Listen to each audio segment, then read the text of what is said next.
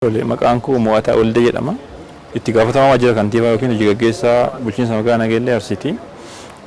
Keessummaan kibba Itoophiyaa irraa godina Gaamoo magaalaa Arbaa Minci irraa guyyaa kaleessaa irraa dhufanii asitti argamu.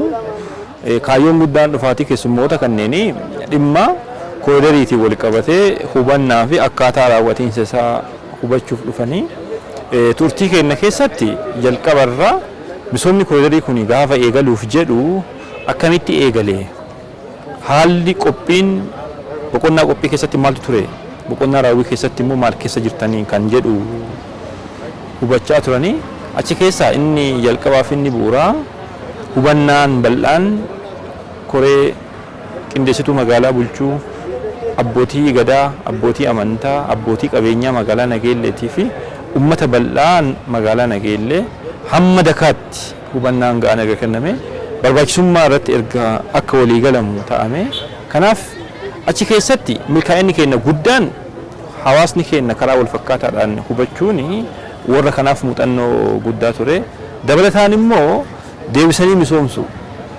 sentarii irraa bitaaf mirgatti yookiin immoo kallattii lamaaniyyuu bal'inni misooma kooridarii kanaa meetira 50 akka ta'e 50 sanatti ogeessi maandisoonni gurmaa'anii mallattoo akka godhan mallattoon booddee immoo abbootiin qabeenyaa naannaa sana jiranii qabeenya isaanii irraa kaafatanii iddoo mallattoon godhame yookiin beenchimaarkiin ta'etti akka deebanii misoomsatanii godhame lammaffaan bal'inni isaa dheerinni naannoo kiiloomeetira 25 ti bal'inni isaa meetira 50 isaan kana guutumatti akka kawarga gooneen booddee inni ijoof guddaan deebanii misoomsuudha. Achi keessa baajata mootummaa almost humna magaalaan qabdu faana amma miliyoona 400 ramannee kiiloomeetirri 5 akka misoomuuf haal duree xumurree sadada yookiin diizaayinii gaarii kompoonentii hammatuu qaban ifin wanti hojjeta kun dhalootaaf hojjeta dhaloota boruutiif hojjetama waan boruuf ta'u hundumaa achi keessatti akkamitti akka galchine bill of quantity kenna maalfaa of keessaa qaba maalfaa hammate kan jedhu kana detail adeemsa maandisota mana qopheessaatiin hubannaan bal'aan isaaniif kenname isaanis magaalaan isaanii baazee magaalota hedduurraa dhufanii godina irraa dhufanii jiranii linkii tokkummaa obbolummaa tokko uumne haalli qabatamaa magaalaa Nageellee Arsii keessatti ta'e kun isaan biratti akka ta'uuf nuti illee muuxannoo jirru hirree fi almost kutannoo bal'aa fi hubannaan guddaan isaan jidduutti kan uume ta'uu isaati kana qofaa miti hamma dhumaatti nuti illee faana deemne even ammatti gruppii tokko uumnee gruppii kireet gooneet isa san keessatti haala qabatamaa isaan bira amma jiruu fi borummoo garamti deemuu danda'a kan jedhu wal dubbisaa kan deemnuu fi isa caalatti immoo qaamaanis akkuma ammaa kanatti nuti illee baazee amma sadarkaa gulaalli sanadaarra jirra gaafa qabatamatti lafarra buufnu akkaataa istaandardii amma taa'e kanaan buusuun dirqama keenya jechuudha. Isaanis kana nu faana ilaalanii nuti illee immoo waan jenne kanaan akka jiraannu akka qabatamatti lafa buufnuuf kutannoodhaan kaanirra isa kanallee itti agarsiisaallee deemna kasaanis sanillee akka magaalaa Nageelleetti akka isaan jijjiiramaniif waliin taane isaan deeggaruudhaaf qophiidha. Turtii baay'ee gaarii ture. Turtii kana keessa oromummaan maal akka ta'e oromummaa keessatti immoo arsoomni maal akka ta'e arsii jechuun eenyu baay'ee isaan waa'ee saba kana fagee bakkee irraa beeku malee qabatamaan hin beekanii eenyummaa keenya jalala ammatummaa keenya ummata kanatti agarsiifnee jirra haala gammachuudhaan maqaa keenya calaqqee ummata Oromoo eenyummaa ummata Arsii isaaniif karaa salphaa ta'een agarsiifnee jirra nuufillee carraa guddaadha kan jedhu qaba ulfaadha. Tole maqaan koo Abdulrazaq Abdulqaadir jedhama itti gaafatamaa waajjira misooma magaalaa manneen guddina Arsii Lixaati.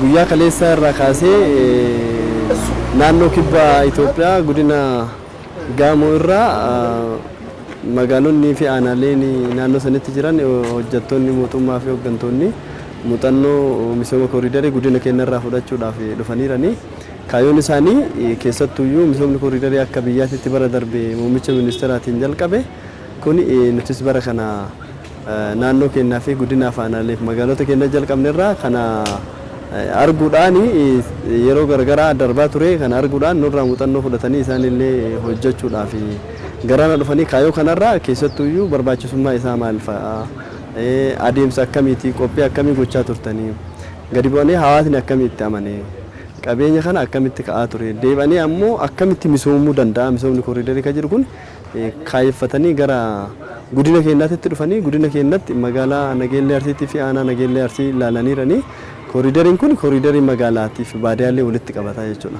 Guyyaa kaleessaa kan magaalota magaalaa kanaatii fi kan baadiyyaa ilaalaniiranii guyyaadhaa ammoo gudunfaa waliigalaa goonee jirra. Barbaachisummaa misooma koriidarii akkuma beekamu tokkoffaa daandiiwwan kanaan dura dhiphaa turan bal'isuu irratti xiyyeeffata. Dabalataan magaalaa keessatti iddoo tajaajila garaagaraa kan akka ifaa, bishaan, elektirikaa kunniin bakka tokkotti garaa jalaadhaan tubboodhaan akka socho'u gochuun danda'ama. Kan biraa iddoo deemsa miilaati yookaan ammoo karaa lafa deemtonni jiran kun rakkoo kana furuudhaaf kanaan dura namni ispaaltii irra deemaa ture. Kana booda rakkoon kun akka furamu daandii miilaatiif illee haalli mijataa uume namni daandii ispaaltii irra deemee balaa tiraafikaatiif saaxilamuu akka hin dandeenye tiraafika irra gufuu akka hin taane kun hojjetamaa jira. Kanaan alatti magariisummaa yookaan ammoo biqiltuuwwan babbareedoo ta'an magaalaa keessa dhaabuudhaan kana sirriitti ilaaluu danda'aniiranii. Kanaan cinatti keessattuyyuu iddoowwan teessuma iddoo bashannanaa aara galfii kan akka faawuntiinii kunniin akka hojjetamuu danda'u sirriitti ilaaluu danda'aniiranii diizaayinii irraa. Kanarraa ka'uudhaan keessattuyyuu carraa hojii bal'aa uumuu jedhamee qabatamee kana arguu danda'anii jiranii galiis maddisiisuu akka danda'u baadiyyaa irratti kanaan dura mana cufaa ture yeroo ammaa shaayii bunaa itti bananii iddoo shaayii bunaa galii maddisiifataa jiraachuu isaanii qabatamaadhaan arguun danda'amee jira. San qofa sun taane bareedinaaf illee faayidaa guddaa akka qabu danda'u ilaaluun danda'amee jira. Qulqullina baadiyyaas haa ta'u magaalatti qulqullina eeguudhaa fi daandiiwwan kunniin bal'achuudhaan qabatamaan arguun danda'ameera jechuudha. Kan biraa immoo dallaa ijaarsa dallaa keenyaa waan uumama ta'e irraa akka hojjetamuu danda'u.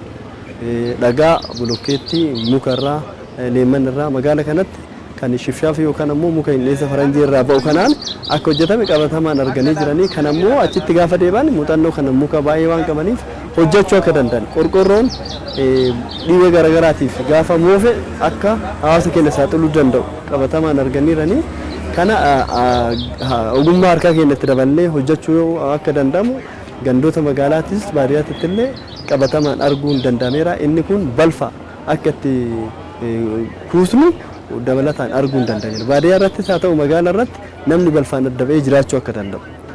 Namni horiidhaan adda ba'ee jiraachuu akka danda'u. Mana gaarii qabaachuu akka danda'u.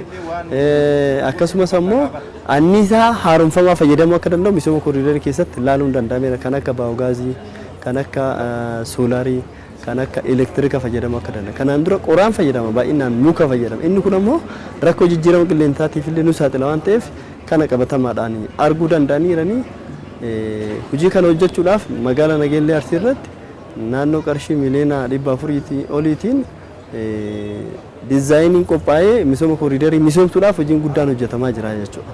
Kanarraa ka'uudhaan muuxannoo isaanii argatan gaafa nu ibsan dhugamaan keessattuyyuu kutannoon hooggansaa hubannoon uumamaa ture sadarkaa hundatti qaama mootummaa irraa kaasee haga hawaasa bal'aatitti qabatamaan arguu akka danda'an hawaasni gammachuu akka itti qabu arguu danda'aniiranii jechuudha. Dabalataan ammoo akkaataan itti hordofame deeggarame qabatamaadhaan arguun danda'ameera. Muuxannoo nuti iddoowwan biraa irraa fudhannee qabatamaan asitti hojjenne kanallee misoomsuuf galuu kenna gaafa argan hojiin kun karaa jajjabeessaa ta'een karaa tasgabbii qabuun akka hojjetame humnaan akka hin hojjetamne fedhii hawaasaatiin akka hojjetame dhugaa isaanii baaniiranii jechuudha. Kanaaf gara fuulduraatitti magaalaa egeree dhaloota boruutiif ijaaraa akka jirru baadiyyaas dhaloota keenya naannoo sanitti oomisha isaanii guddifachuu akka danda'u iddoo jireenyaa mijataa jiraachuu akka danda'u qabatamaadhaan arguu akka danda'anii fi hojii kana deebi'anii naannoo isaaniitti marii uummataa irraa jalqabee haga hojii qabatamaa ta'e akka galuu danda'an nu kaasaniiranii jechuudha. Akka waliigalaatitti muuxannoo guyyaa lamaaf godhan miira gammachuutiin muuxannoo baay'ee bareedaa fi barsiisaa hawaasaa babal'achuu akka danda'u ta'uu isaa qabatamaan nu ibsuu danda'aniiru.